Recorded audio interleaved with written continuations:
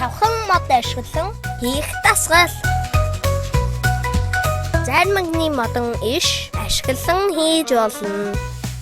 Савхан моднуудыг нэг гартаа барина.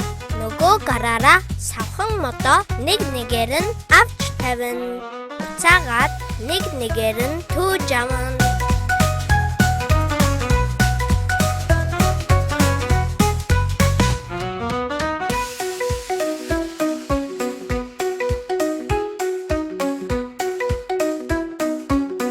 Савхан модоо хоёр гараар бариад баруун зүүн тийш нь эргүүлнэ.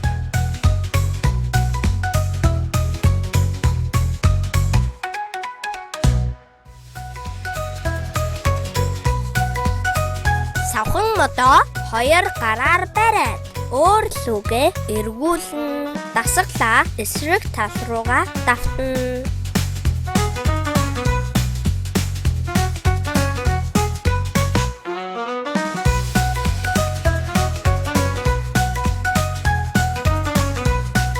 Хоёр гартаа нэг савхан мод бариад эргүүлнэ.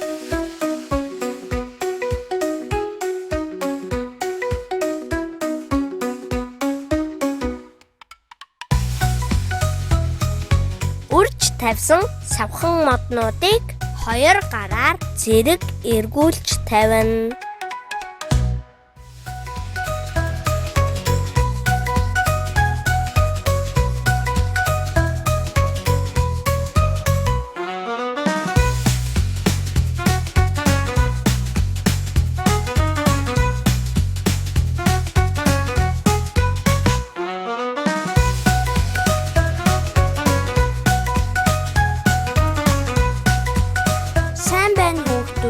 Биднийг дагаад дасгалаа сайн хийгээрэй. Subscribe дарж бидрийг дэмжээрэй. Баяртай.